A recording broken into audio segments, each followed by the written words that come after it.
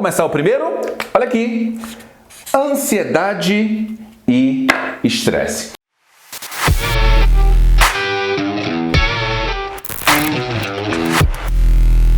Vamos recordar um pouquinho os conceitos de ansiedade e estresse? O que é ansiedade? Ansiedade é quando você tem uma preocupação excessiva, uma preocupação contínua, uma preocupação persistente, que gera angústia muitas vezes. E estresse? Estresse é quando você está envolvido em uma situação nova, normalmente, e você tem medo. Normalmente, nas situações novas, nós ativamos o gatilho da preocupação, nós ficamos atentos o tempo todo, com medo de falhar, com medo de errar, acima de tudo porque, atenção, esse estresse, esse medo pode nos levar a uma situação de vergonha. Então, por essa razão, acima de tudo por essa razão, ansiedade e estresse, que é o primeiro motivo, você sente nervosismo. Eu tenho convicção, eu tenho certeza que em algum momento da sua vida você já sentiu esse nervosismo de maneira mais intensa. E às vezes, de maneira intensa, aí os sintomas são impressionantes. Nós ficamos com as mãos molhadas, nós ficamos muito inquietos, nós começamos a suar o corpo, a voz fica trêmula, você não consegue efetivamente falar, exatamente porque está sobre o aspecto da ansiedade. Ou então sobre muito estresse, muita pressão, muita intensidade, prazos a cumprir. Inevitavelmente isso nos leva à condição de nervosismo. Agora, como é que a gente se insere isso na comunicação? Todas as vezes que nós vamos, de alguma forma, fazer uma comunicação, fazer uma apresentação, seja diante das pessoas, seja na mídia, na concessão de uma entrevista, seja diante da câmera, nós sempre, normalmente, isso significa uma situação nova. Por mais prática que você tenha quando você vai gravar um vídeo, por mais vivência e experiência que você tenha na hora que vai conceder uma entrevista, por mais rotineira que seja a sua jornada de estar o tempo todo fazendo exposições, se você minimamente se prepara para cada um desses momentos, sim, isso gera um pouquinho ou um pocão de ansiedade em você e um razoável ou intenso estresse. Quando você está habituado, esses sentimentos, essas situações, essas circunstâncias aqui, ansiedade e estresse, elas são menores. Mas quando você não está tão habituado, essa ansiedade e estresse geram um nervosismo realmente muito forte. Então, sem dúvida, é uma das razões para que você fique nervoso, para que você fique nervosa, tá? Normal, e isso aqui é normal, passa a ser anormal quando efetivamente a ansiedade ela te domina e quando o estresse ele é tão forte, tão intenso que gera uma circunstância de nervosismo que você não consegue avançar, pronunciar, comunicar uma única palavra. Aí sim é preocupante. Mas a ansiedade e o estresse não são as únicas causas do nervosismo. Quais são as outras? Quero apresentar aqui uma segunda, que é quando você se depara com algo novo. Eu não sei vocês, vou contar uma história aqui muito especial. Uma história comigo, aconteceu comigo. Eu atuei muito tempo em televisão, muito tempo.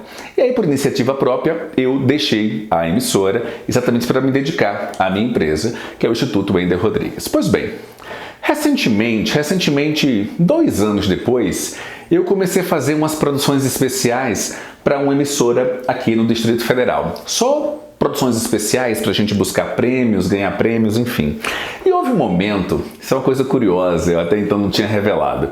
Houve um momento em que, nessa retomada da TV, eu fui fazer uma entrada ao vivo em rede nacional.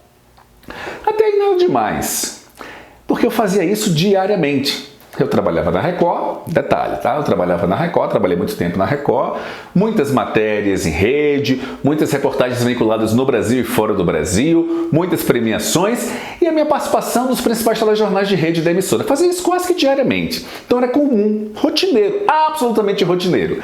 E aí eu conseguia, por exemplo, controlar minha ansiedade e meu estresse. Conseguia, eu os tinha, ficava nervoso, mas conseguia controlar absolutamente, tá? E aí eu passo um período sem fazer. E aí eu retomo para fazer essa entrada, esse link ao vivo no SBT. Olha, o SBT aqui em Brasília, olha que coisa. Aí um belo dia, a chefe de reportagem disse assim: Wendel, vamos precisar de você para fazer uma entrada ao vivo em rede nacional no Telejornal da Manhã. Eu falei, claro, vamos lá, sem problema. E fazia um tempinho, um ano e meio mais ou menos, que eu não fazia entradas em rede. E aí eu fui fazer, aconteceu uma coisa muito curiosa. Por quê? Eu estava habituado, mas deixei de fazer por um período representativo, 18, 20 meses. E fui retomar. Eu estava preparado com a equipe, o cinegrafista na minha frente, repórter cinematográfico na minha frente, o assistente também. Estávamos preparados para entrar em rede, telejornal com uma ótima audiência, líder inclusive no horário. E aí o âncora me chama, nós vamos agora a Brasília. Quando ele citou Brasília, eu estou aqui ouvindo. Quando ele citou Brasília, olha que coisa curiosa. A minha perna esquerda, ela começou a tremer.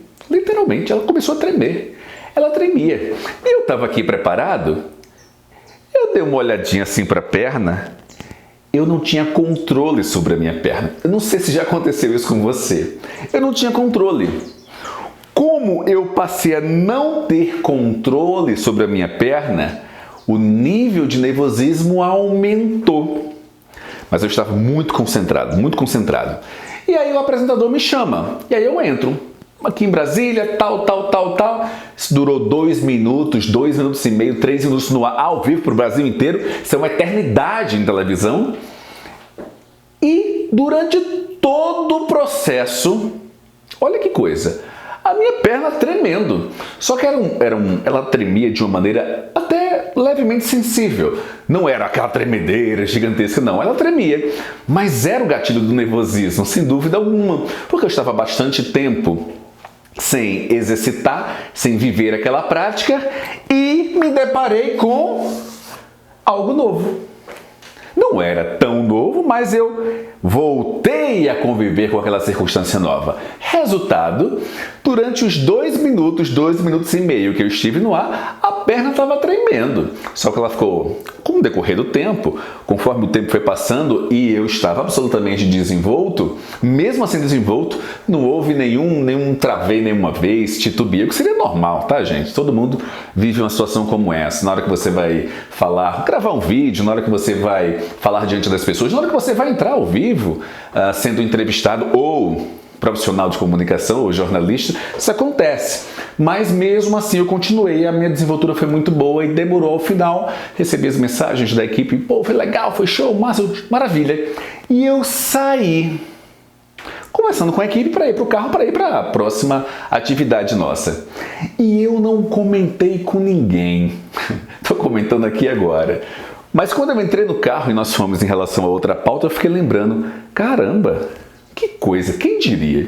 Depois de 17 anos, mais de 2.000 reportagens realizadas, devo ter entrado ao vivo em rede mais de 500, 600 vezes e, no entanto, naquele momento, na retomada e a minha mente, o meu comportamento naturalmente compreendeu como algo novo, a perna tremeu. Nos primeiros 30 segundos tremeu bem forte, mas depois ela foi diminuindo, mas eu concluí e ela estava tremendo.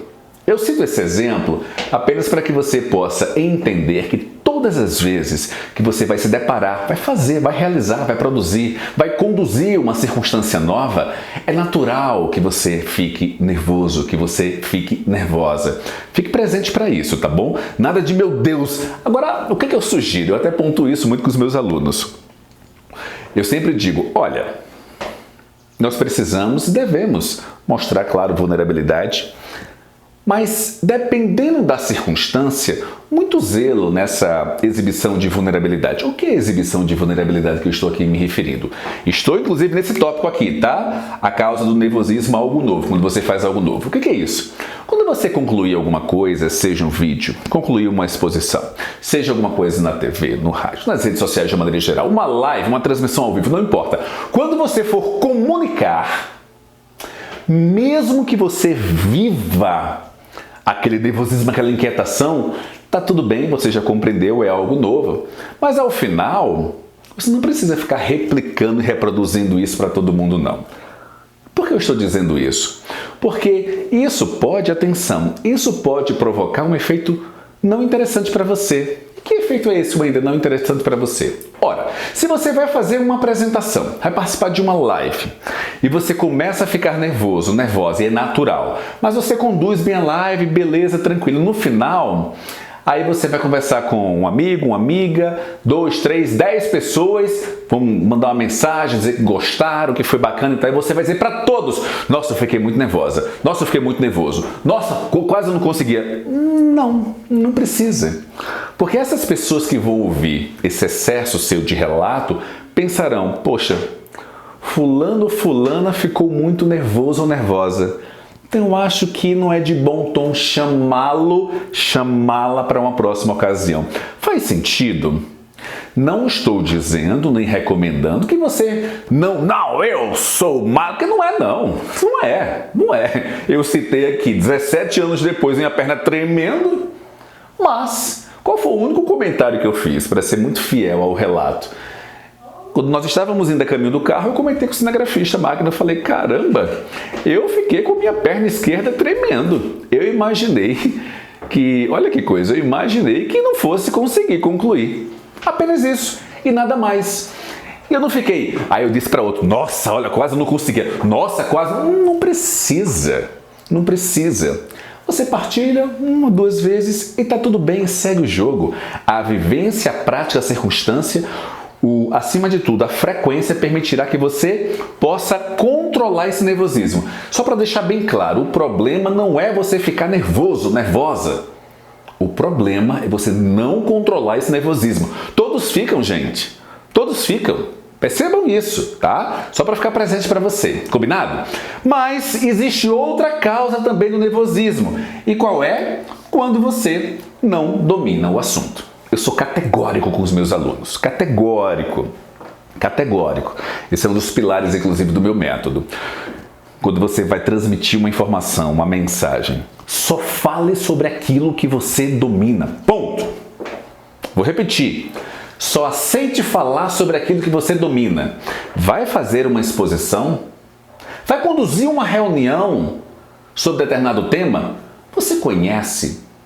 Você efetivamente tem confortabilidade? Fica absolutamente confortável quando vai trabalhar esse tema? Ah, não fica? Então não vai não. Ah, você vai participar de uma live sobre um assunto que não é a sua principal expertise. A minha recomendação, não vai não. Ah, você é convidado para conceder uma entrevista na TV, no rádio, para exatamente produzir o seu conteúdo sobre um assunto que você não tem esse domínio pleno e tranquilo. Minha recomendação, não vai. Sabe por quê? 2 razões. A primeira, você não vai ser percebida agindo dessa maneira como alguém absolutamente, atenção, absolutamente com autoridade para falar naquela temática. Porque se você aceitar falar sobre tudo, as pessoas vão olhar para você e vão dizer: ah, fulano, ele é o cara da saúde. Ah, fulana, ela... Vamos pegar esse mesmo exemplo. Fulano, é o cara da saúde. Não, ele é o cara da nutrição. Não, ele é o cara da fisioterapia. Não. Peraí, defina-se. É importante você estar presente para isso. Percebe? Isso é fundamental. Eu ainda não aceito falar sobre outras temáticas. Eu falo sobre comunicação, porque eu quero ser o cara da comunicação. Essa é a diferença. E eu me empenho, estudo, renovo, amplio demais o meu repertório e vou gerando resultado nos meus alunos, exatamente proporcionando que eles saiam do nervosismo à confiança para se comunicar. Independente onde é essa comunicação, aqui na câmera, ao vivo, numa entrevista jornalística ou diante das pessoas. Eu quero ser percebido como essa pessoa e você. Vai ser percebido como o cara disso, o cara daquilo, a profissional disso, não define o norte a ser seguido, porque senão as pessoas não vão conseguir perceber exatamente o que você faz ou a competência que você tem. Os profissionais liberais, eles pecam muito nesse aspecto. Vamos pegar lá um profissional liberal, vamos lá.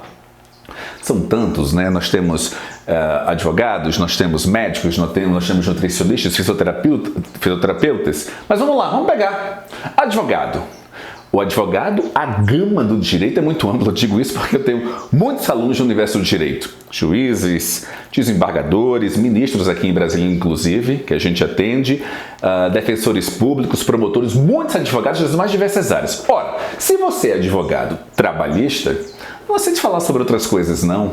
Porque é uma oportunidade que eu vou aparecer. Será que é apropriado você aparecer dentro de uma temática que não é a sua expertise? Percebe isso, a importância? Então, olha, tenha muito cuidado. Se você não domina o assunto, não diga sim diante das oportunidades. Tenha certeza, o não, ele também é importante. O não, ele também te ajuda a só focar no que realmente interessa. Essa é a primeira razão para que as pessoas não vejam você como um profissional múltiplo, não saiba identificar exatamente como é. É óbvio que todos nós precisamos, só para deixar bem claro, muitas coisas ao mesmo tempo. Mas a questão é, você quer ser percebido, você quer ser percebida de que maneira? Qual é a referência que você quer? Como um profissional generalista ou um especialista em alguma coisa? Percebe? E a segunda razão é que quando nós não dominamos o assunto, diante de uma pergunta, basta uma perguntinha um pouquinho mais elaborada, a gente vai titubear, a gente vai gaguejar, a gente não vai comunicar de maneira apropriada e muito menos projetar confiança, que é o mais importante. É isso que você quer? Aí alguém faz um questionamento que está um pouquinho fora do seu escopo de atuação e você... Então, sabe como é que é? Eu vejo isso muito em empreendedor também. Atenção, atenção. Seu produto é X, eu sei que você conhece um pouquinho de Y também. Mas se alguém perguntar sobre Y, você até pode, claro, justificar, explicar, ponderar alguma coisa. Mas se a pessoa começa a perguntar detalhes de Y, seja muito franco. Seja muito claro dentro desse propósito, porque senão você pode transmitir, muitas vezes você é questionado, empreendedor, sobre o produto Y, até para testar a sua capacidade de conhecimento. Se perguntar sobre X ia ser ótimo, né? Você ia discorrer, ia desenvolver, ia falar, ia comunicar de maneira tranquila, mas vai perguntar sobre Y, aí você vai querer demonstrar algo que você não sabe e vai titubear aqui na explicação. Aí a impressão que você vai passar vai ser horrível, e isso, claro, vai comprometer o seu processo. Isso em qualquer atividade. A reflexão aqui que eu quero discutir com você é: quando te convidarem para falar sobre alguma coisa, independente se o seu universo está dentro da saúde, as atividades e profissões dentro da saúde, se o seu universo está dentro das humanas, da comunicação, dentro do agronegócio, a gente atende muita gente do agronegócio, na área de exatas, muito zelo, muito cuidado, reflete. É a minha atividade? Eu sou expert nesse processo? Sim, vai para cima. Vai para cima. Mas se não for, não. Porque uma perguntinha pode simplesmente destruir a sua imagem, tá? Pode destruir. Não faça isso. E para destruir, super fácil. Para você recuperar essa reputação e credibilidade, muito difícil. É uma jornada, tá? Mas existem outras causas para o seu nervosismo. Olha aqui. Mais uma, o medo de falhar. Nós somos impressionantes e incríveis. A gente acha que somos absolutamente perfeitos. A gente não falha, a gente não pode falhar, a gente não pode errar. Não, a gente erra. Não, a gente falha. Ou vocês acham que todas as apresentações que eu vou realizar, elas são 100% maravilhosas? Não, porque não existem apresentações 100% maravilhosas. Eu costumo dizer, inclusive, que a melhor apresentação sempre está por vir. O melhor vídeo é o próximo. Mas por causa disso, Wellington, não vou me preocupar muito com o vídeo que eu estou gravando agora. Ao contrário, eu estudei bastante para me preparar e dividir com vocês aqui essas causas, as principais causas do nervosismo, que comprometem completamente, se você não souber conviver e lidar, o seu desempenho empreendedor, o seu desempenho profissional liberal. Você que atua como empregado em empresa e busca crescimento, busca desenvolvimento de carreira dentro da empresa que você atua hoje. Se você efetivamente não tiver essa consciência que é possível falhar, você vai sofrer. Nossa, olha, eu sei o que é isso, porque eu não, durante muito tempo da minha vida, eu não aceitava falhar. Mas aquilo me doía, aquilo me corroía. O falhar, vamos dar um exemplo bem prático, vamos lá. Eu ia fazer uma entrada ao vivo.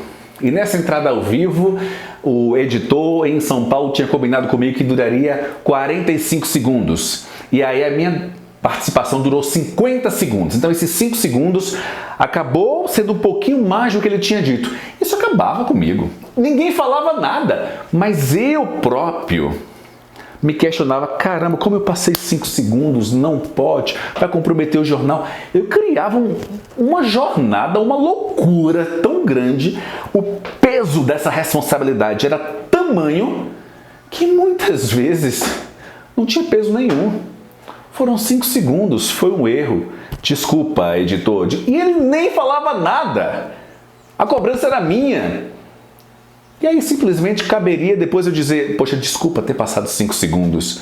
Foi mal ter devolvido, que a gente entrava no ar e devolver. Desculpa ter devolvido antes do tempo ou depois do tempo. E tá tudo bem, segue o jogo, a pessoa nem lembra disso. Mas você fica com aquele medo de falhar. Você fica que aquele procedimento que você vai realizar tem que ser perfeito. Pô, não tem que ser perfeito. Você vai se doar, vai se dar o melhor. Mas quando você amplia demais essa carga de perfeição, isso inevitavelmente vai comprometer. Vai comprometer inclusive a sua mente. Porque se eventualmente algo sair errado, vai ser um desastre. Um desastre para você. Um desastre para a sua aceitação diante de uma falha, que todos nós somos susceptíveis. Ah, Wendy, então eu vou ficar falhando o tempo todo. É óbvio que não é isso que eu estou dizendo. E você que está aqui me acompanhando já percebeu, você é inteligente o suficiente, já percebeu. Mas eu quero que você reflita. Você, profissional liberal, independente da área, você, empreendedor, você que me acompanha aqui, independente da sua atividade profissional, preste atenção. Falhar é natural.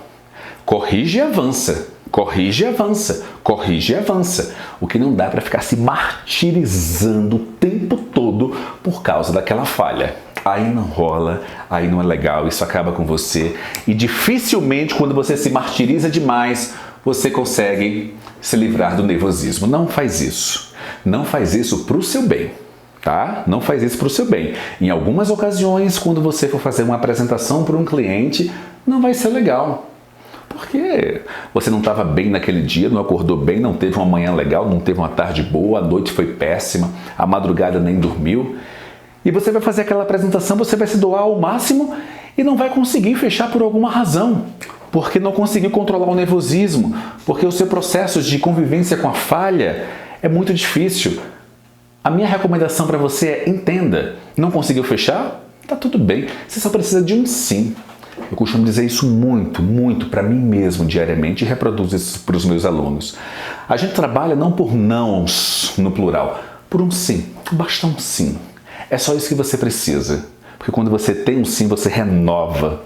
Eu, sinceramente, eu simplesmente eu bloqueei qualquer não que eu recebo, independente do que seja. Quando eu vou fazer algum projeto, quando eu vou desenvolver alguma ideia, eu esqueço. O não, ele vem, ok, obrigado, tal, outro. Obrigado, ok, outro segue. É dessa maneira que você deve conviver com o não. Você só precisa de um sim. Quando você entende que só precisa de um sim, você compreende também que tá tudo bem falhar. Tá tudo bem falhar. Porque se está tudo bem falhar, o nervosismo passa a ser controlável. O que não dá é se martirizar a vida inteira, porque você não aceita sob hipótese alguma qualquer tipo de falha. Para com isso, tá? Está acabando com você. Para com isso, de verdade. Outra razão do nervosismo, essa aqui é clássica.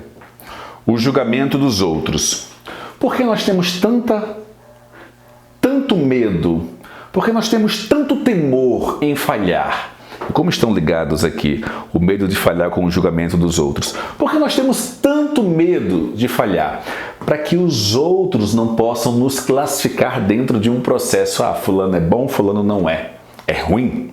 Ah, fulana consegue, fulana não consegue. Esse julgamento, a opinião alheia, ela paralisa.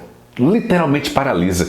Eu sei o que é isso, já citei um caso para vocês. No passado da minha vida, a cobrança em torno que eu tinha de mim, de jamais falhar, de buscar a perfeição, eram tamanhas que quando eu não conseguia a perfeição, e eu jamais conseguia a perfeição, porque ela não existe, Eu sentia como se fosse uma falha, e uma falha representada e gerava muito nervosismo. E aí, diante do nervosismo, para complementar, eu pensava, caramba, o que é que vão achar de mim? O que é que vão pensar de mim? O que é que as pessoas vão falar? Meu Deus, dane-se! Dane-se a opinião dos outros. Dane-se, eu ia falar uma outra palavra mais forte aqui, tá? Dane-se. Até porque, se você me acompanha aqui, você sabe que existe a regra dos 3%. A regra dos 3% é: no mundo, independente do que você fizer, independente do que você disser, independente do que você vestir, independente do que você apresentar, independente do que você realizar, 3% das pessoas não vão gostar de você por alguma razão. Não importa, elas não vão gostar de você. A questão é, você vai focar nesses 3% ou vai voltar o seu olhar, as suas atenções e esforços para os 97%? É simples e prático, objetivo e direto. É assim. Quando você compreende que não deve, preste atenção nisso, preste atenção. Quando eu entendi e incorporei isso para a minha vida, mudou meu jogo, mudou a minha mentalidade. Quando a gente entende que os 3% não são importantes, e sim os 97%, a gente para de se preocupar com a opinião dos outros. Simples assim.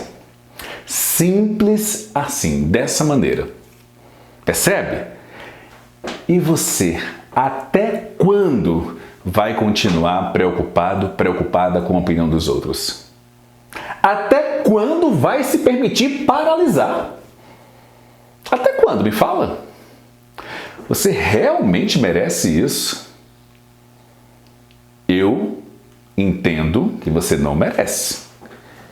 Por isso, na hora de pensar no julgamento dos outros, elimina a regra dos 3%. Vão falar mesmo, desde que falem. Então, as minhas atenções estão nos 97%. Isso permite que você controle o seu nervosismo. Isso muda o jogo. Só para ficar bem presente para você. Isso muda o jogo. Mais uma causa aqui do seu nervosismo. E qual é? Tá aqui, olha. O medo de esquecer. Por quê? Aí, o medo de esquecer, ele remete a uma série de outras circunstâncias e problemas. Mas vamos à raiz. O nervosismo, ele surge a partir de uma série de circunstâncias. Uma delas é o medo de esquecer. Esquecer o que vai dizer, esquecer o que vai explicar, esquecer o que se comprometeu a falar, esquecer o que é crucial para você comunicar. Esse esquecimento, esse medo do esquecimento, ele literalmente, em algumas ocasiões, paralisa as pessoas. Porque aí nos remete a outros problemas. Porque se eu esquecer, eu vou falhar. E se eu falhar, eu serei julgado pelos outros. Percebe? É um ciclo, neste caso, vicioso. Você precisa sair disso. Inevitavelmente, tá? Outra razão para que você tenha nervosismo na hora que vai se comunicar. Tá aqui, olha. Não estuda e nem se prepara. Isso aqui é tão óbvio, mas é importante destacar. Como é que você não quer ficar nervoso se você não estudar nem se preparar? Como é que você não quer ficar? Quando nós estudamos e nos preparamos, nós ainda ficamos nervosos. Quanto mais quando a gente não estudar e não se preparar. É por isso que na hora que você for fazer uma exposição, uma apresentação, uma entrevista, participar de uma live, qualquer coisa que seja, se prepara, estuda. Pensa principalmente, eu sempre faço essa reflexão, quais aspectos novos eu posso trazer aqui para o meu público? Quais aspectos diferentes eu posso dividir com as pessoas que vão me ouvir? Quais aspectos, quais novidades, quais detalhes eu posso evidenciar para que a minha comunicação seja ainda mais confiante e isso gere e agregue ainda mais valor? Quais aspectos? Isso é estudar, isso é se preparar. Quando você faz isso, inevitavelmente a sua exposição, a sua comunicação, ela passa para um outro nível. E aí você tem confiança ao se comunicar, que é o grande objetivo. Você está aqui para ter confiança na hora de se comunicar. Mais do que isso, sair do nervosismo, tá aqui, sair do nervosismo e chegar à confiança para se comunicar, tá bom? Fechado? Gostou do vídeo? Então escreve aqui. Escreve aqui a sua opinião. O que é que você achou desse vídeo? Eu quero ver a sua opinião. Escreve aqui embaixo nos comentários. Deixa a sua avaliação. E mais do que isso, sugere temas aqui embaixo que eu possa com o maior prazer abordar e trazer e gravar vídeos exclusivamente para você. Fechado? A gente se vê. Tchau, tchau.